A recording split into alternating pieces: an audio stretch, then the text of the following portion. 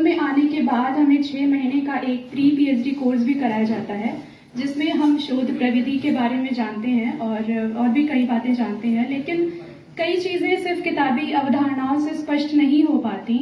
तो उसके लिए आज के कार्यक्रम में हमारे वक्ताओं ने जिस सरल सहज और स्पष्ट तरीके से हमें बताया, इस दृष्टि से आज का विषय शोध प्रविधि चुनौतियां एवं संभावनाओं पर यह संगोष्ठी काफी समृद्ध रही।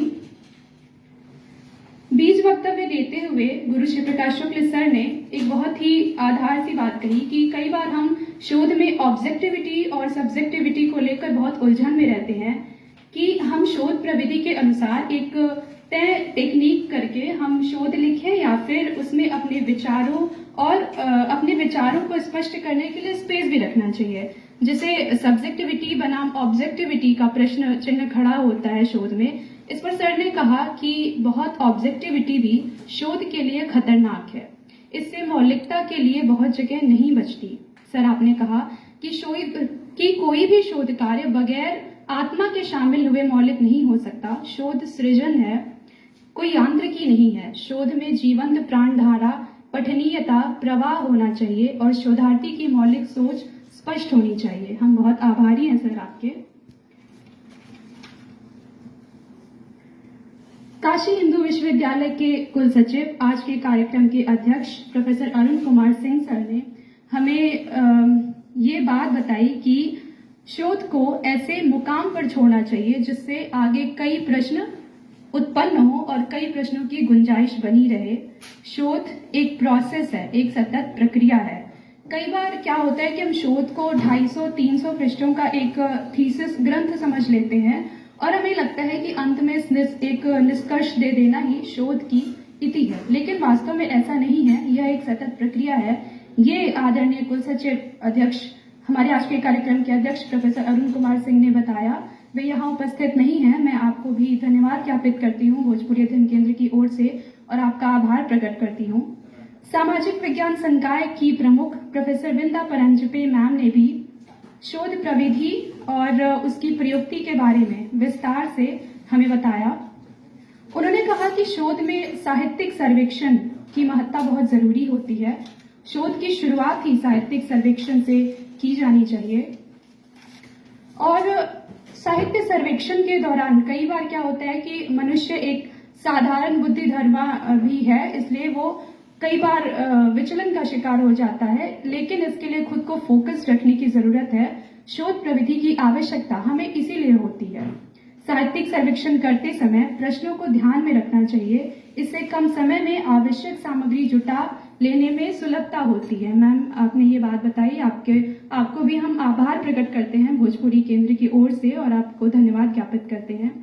डॉक्टर हिमांशु कुमार सिंह पाले विभाग से, सर आपने बहुत आधारभूत तरीके से बताया कि पीएचडी एडमिशन से पहले और पीएचडी एडमिशन के बाद में अपने शोध कार्य की शुरुआत कैसे करें, ये जानना बहुत ही जरूरी हो जाता है। उन्होंने कहा कि अगर हम 4 बातें शोध में आने के पहले ही जान लें तो शोध में हमारे एक निरंतरता बनी रहेगी और समय भी बचेगा। वे बातें हैं कि सबसे पहले हमें विषय चयन, बिब्लियोग्राफी, सिनॉप्सिस और रिव्यू पेपर को पहले ही तैयार कर लेना चाहिए, जिससे हमारा काफी वक्त बच जाए और हम अपने शोध को सही तरीके से कर पाएं, सही समय में कर पाएं। भूगोल विभाग से आदरणीय प्रोफेसर सरफराज आलम ने ये कहा कि शोध जो है वो एक वैज्ञानिक अध्ययन है और आपने विज्ञान के 2 तरीके बताए कि एक तो होता है विज्ञान एक सिस्टमेटिक स्टडी ऑफ फैक्ट्स होता है, दूसरा एक साइंस को एज अ सब्जेक्ट कैसे लें। तो अगर हम एज अ मेथड, एक साइंस एज अ सब्जेक्ट और दूसरा एज अ मेथड होता है, लेकिन समाज विज्ञान के क्षेत्र में विज्ञान को पूर्णतः विज्ञान की तरह लागू करना जरूरी नहीं है, इसीलिए समाज विज्ञान कई बार अपने मेथड इजाद करता है और सर के हम बहुत आभारी हैं। आपने बहुत सरल तरीके से हमें बताया और हमें जानकारी दी।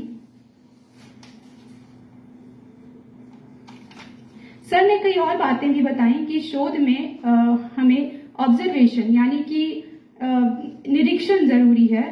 ऑब्जर्वेशन का अर्थ सिर्फ देखना नहीं बल्कि निरीक्षण भी जरूरी है। साथ ही शोध में हमें क्रिएटिविटी बनाए रखनी चाहिए और धैर्य बहुत जरूरी है। और रिसर्च का अर्थ केवल ये नहीं कि हम खूबियां बताएं, क्योंकि खूबियां बयान करना काफी खतरनाक होता है। रिसर्च में खूबियों के साथ खामियां भी बताई जानी चाहिए, तभी एक क्रिटिकल अप्रोच के साथ रिसर्च आगे बढ़ता है। हम आपके आभारी हैं सर और आपको धन्यवाद ज्ञापित करते हैं।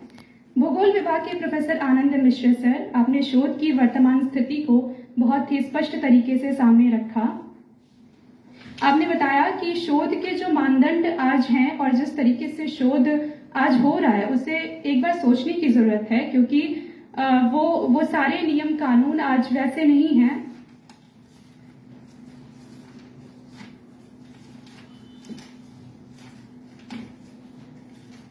आपने शोध में क्वालिटेटिव क्वांटिटेटिव रिसर्च के बारे में बताया और ये बताया कि साहित्य में कि शोध में सुंदरता और गरीबी पर शोध होते रहे हैं, लेकिन अभी भी ये अनडिफाइंड और अनरिजॉल्व बना हुआ है।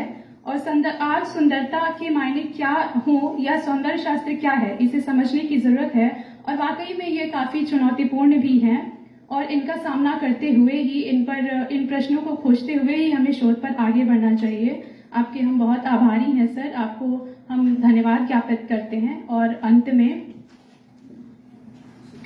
मैं इस कार्यक्रम का कुशल संचालन करने के लिए भोजपुरी अध्ययन केंद्र के शोध छात्र हमारे भैया उदयपाल भैया को और साथ ही ऑफिस स्टाफ को धन्यवाद देते हैं, जिन्होंने इस आयोजन को सफल बनाने में किसी न किसी रूप में योगदान दिया। साथ ही इस सभागार में उपस्थित आप सभी लोगों का हृदय से आभार प्रकट करते हैं। आपकी उपस्थिति से ही कोई आयोजन है। आपको सबका बहुत बहुत धन्यवाद, आभार।